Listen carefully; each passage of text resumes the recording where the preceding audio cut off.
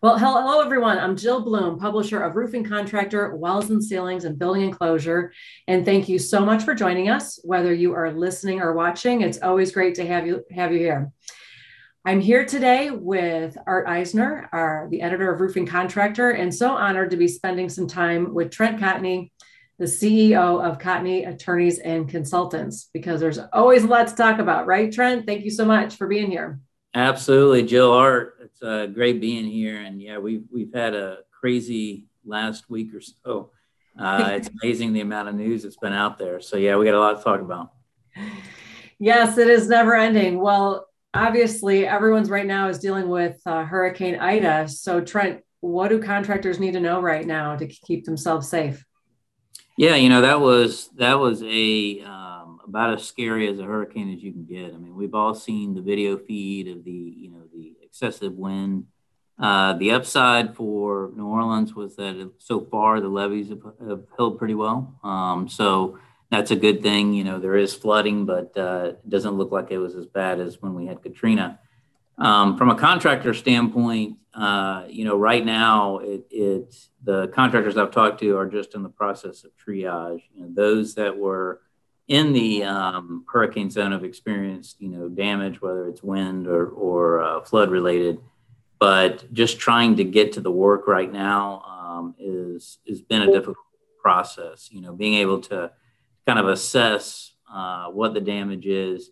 I know some of the adjusters are already out there trying to figure stuff out, but it's going to be a long process, and the weather isn't cooperating very well.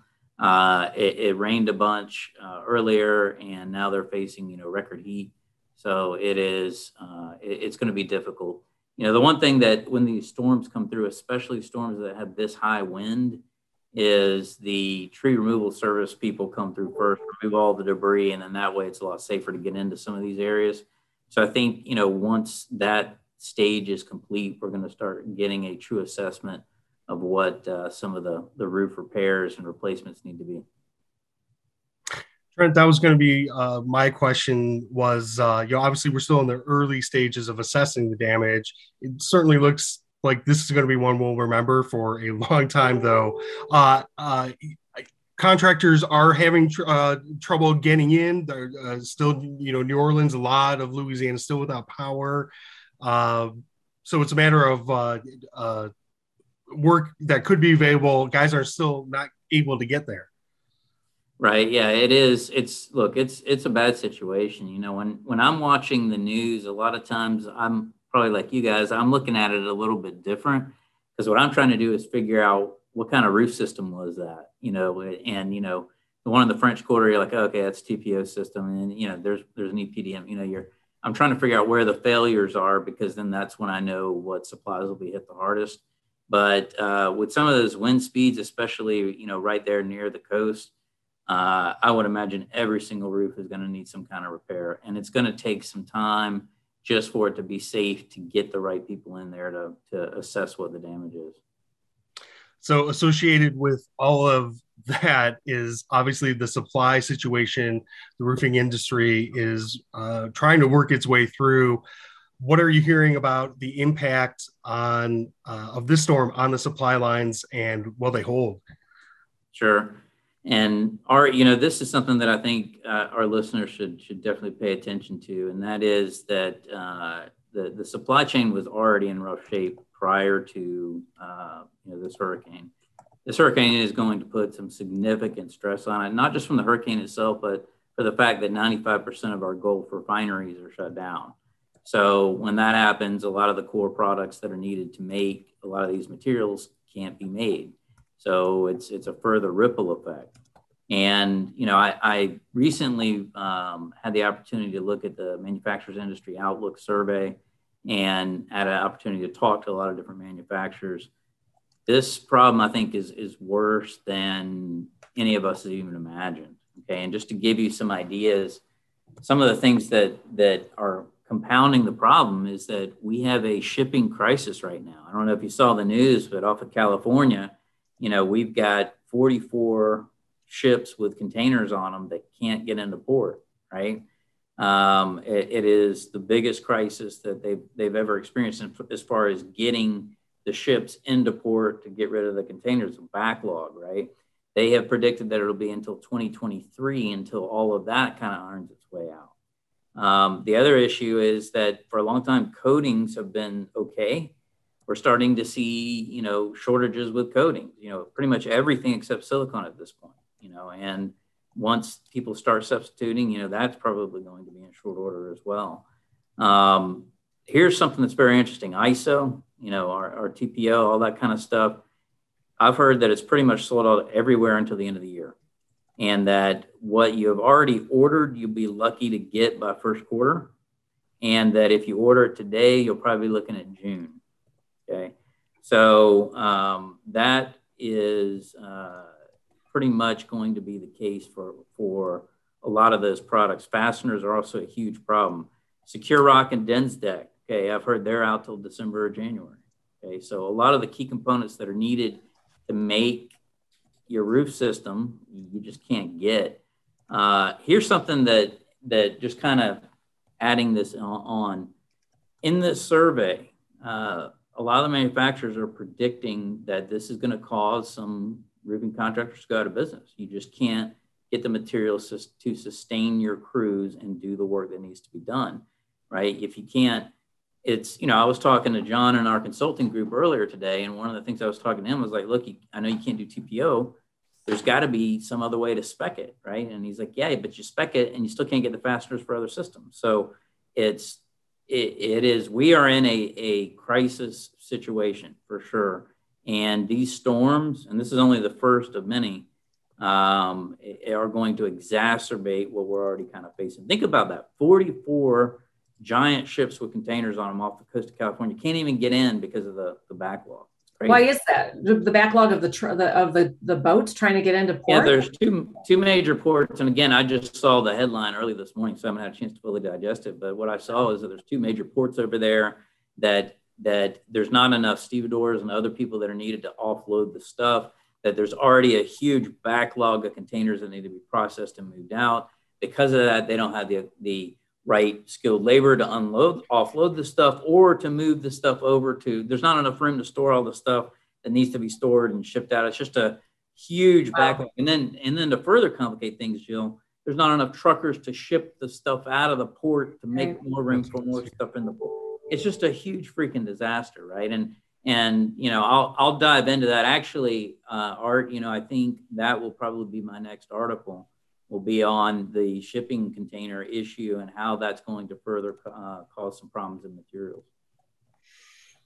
Wow, Trent. Well, certainly that is a very grim, prognosis looking that far out. I think, certainly a few problems come right to mind. There's so much that can happen between now, December, and then if you're talking about June to further, delay those delays, even to push those out. How can how you've been talking about the importance of updating contracts? Can contractors really account for anything looking that far long ahead? Yeah, you've got to. I've talked about it plenty of times on previous shows that we've done, but price acceleration provisions, material availability provisions, allowing for extensions of time for delay, those kinds of things. And look, you got to get creative. You've got to work with your design team, whether it's internal or external, architects, engineers, and figure out what can work, what is available, what can we do? Is there a way to get more life out of the existing roof? How can we do it? And what you're going to see is, taking this survey data for what it is, right? Not reading more into it than what I saw, but, it is going to be the roofing contractors that know how to hustle, that know how to switch gears and look for different ways, even though they can't get certain systems that will survive the storm, right? And that's what I think. You need to. Here's something else I would say, Art. One of the biggest. I saw this in 2009, 2010 during the downturn, right? Mm-hmm. Contractors that were large, your tier one contractors, they could not cut quickly enough to deal with the issue.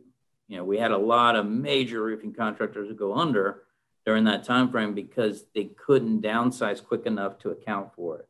So some advice that I would give contractors out there is, yeah, you can contractually protect yourself, but the key is can you do the work, right? If you don't have the materials, you can't do the work.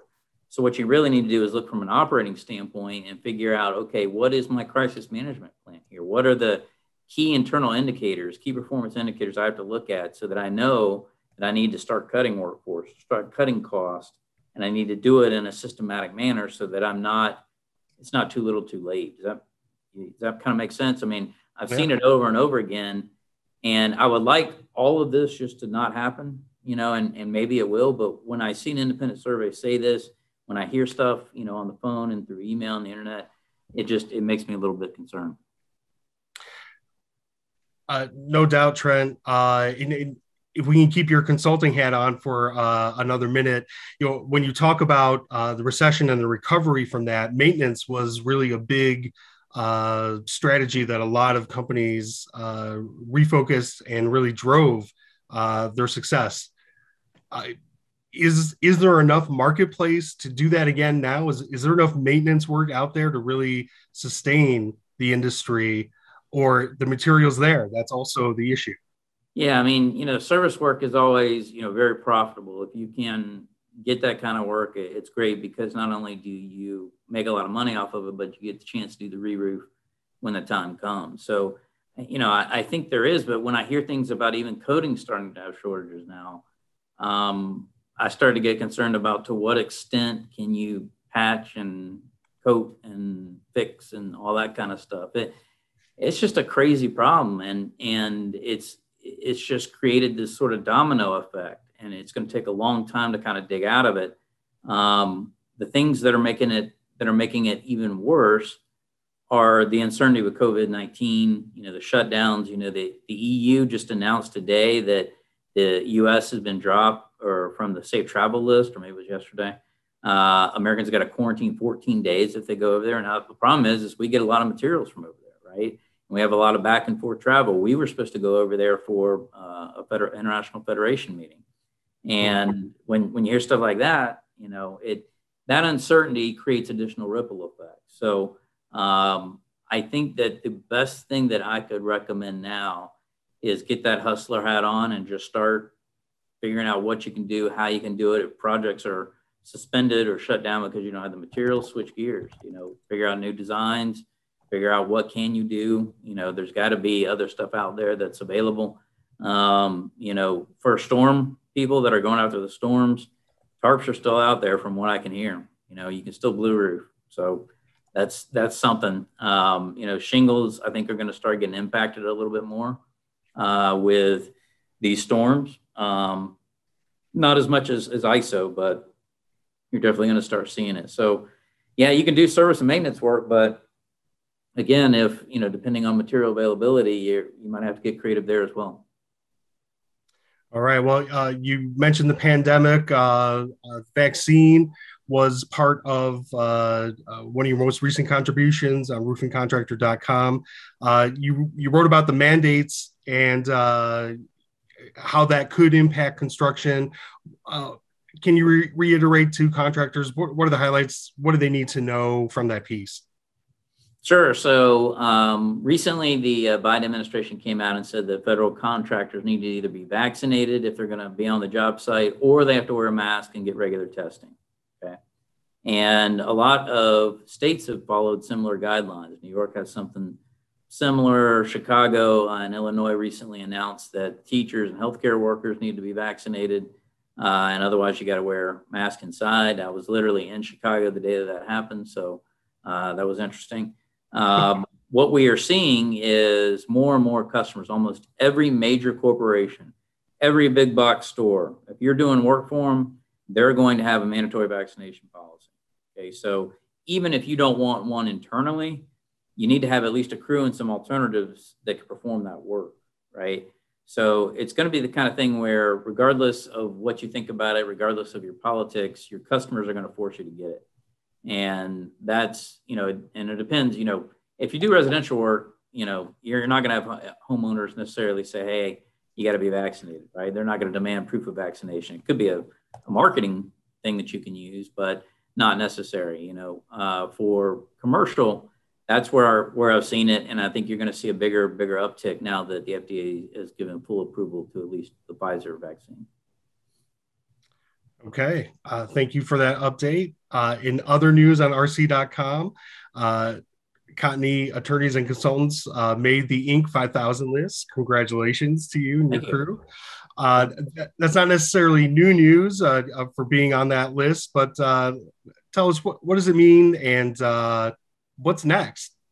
Sure. So very proud of the great people that we got here, right? I mean, I'm really lucky to have, John and everybody in his team, everybody in legal. We make it's a great synergy that we've got going on, and feel very fortunate that we've got recognized by Inc. For that. We're always trying to innovate. One of the things that we've done through our Cotney Capital portion, which provides private equity, is we're working with a lot of companies right now, and most of them are behind the scenes. We need a lot of the stuff that they're doing is either technology driven or product driven. So some of the stuff that we're interested in doing is moving that forward. And I think there's a lot of opportunity both in the renewable and sustainable energy space to have a lot of products that are out there that are unique. We've seen a lot of news, and we've talked about recycled materials, which is not necessarily anything new, but I think a lot of manufacturers are starting to gravitate towards it.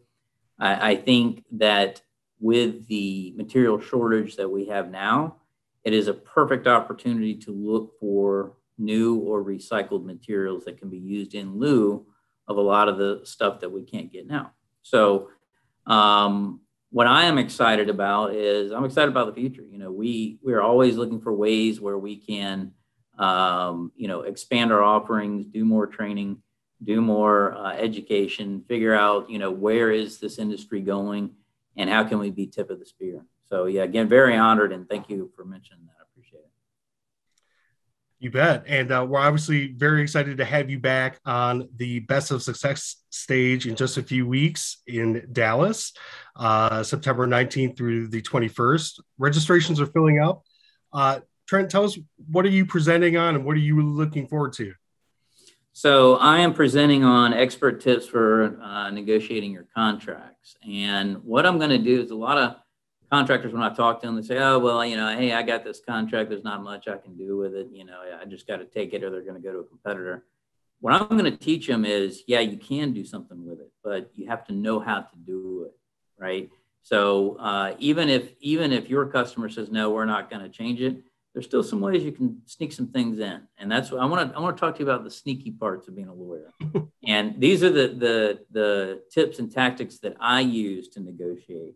So definitely a must see. It doesn't matter whether you're residential or you're commercial, you're going to get some insight on what's, behind the glasses here. So I can tell you, exactly how to go about doing it. As far as Best of Success, I'm excited about it because it's going to be the event of the year, just the opportunity to really focus on business and talk about business. I mean, I'm a business owner. It's business owner first, lawyer second.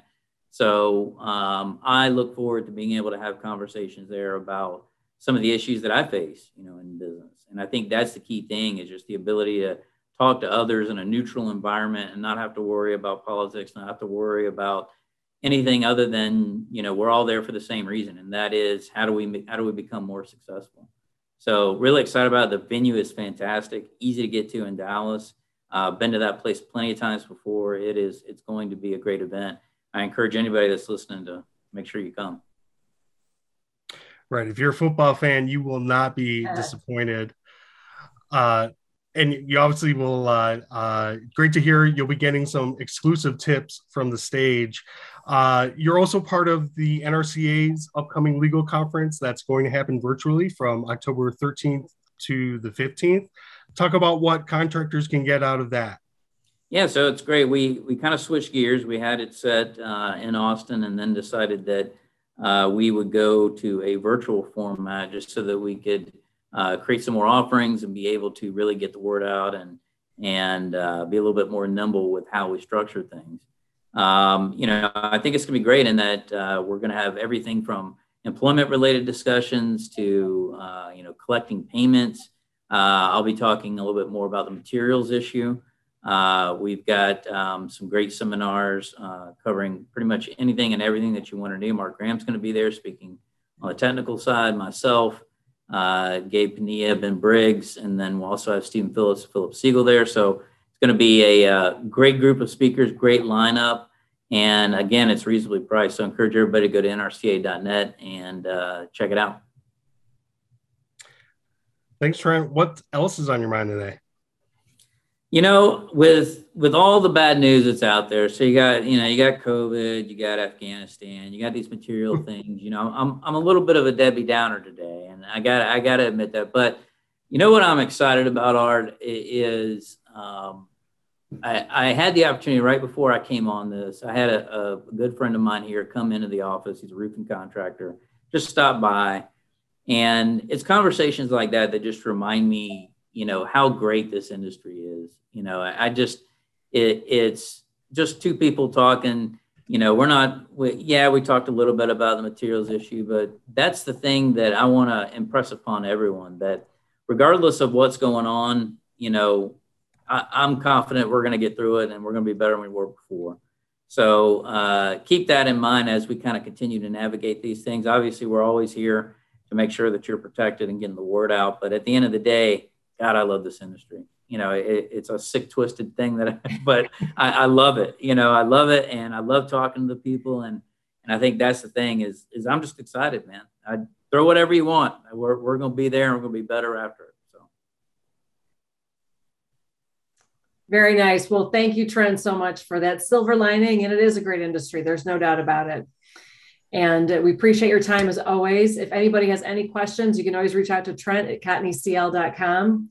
If you need to reach us, it's roofingcontractor.com, wconline.com, or buildingenclosureonline.com. And while you're there, make sure you sign up for our free e-newsletters, register for our website, which is free. Check out our new e-magazine platform, which is phenomenal. We're really excited about it. And please stay safe and healthy, and we look forward to talking to you next time.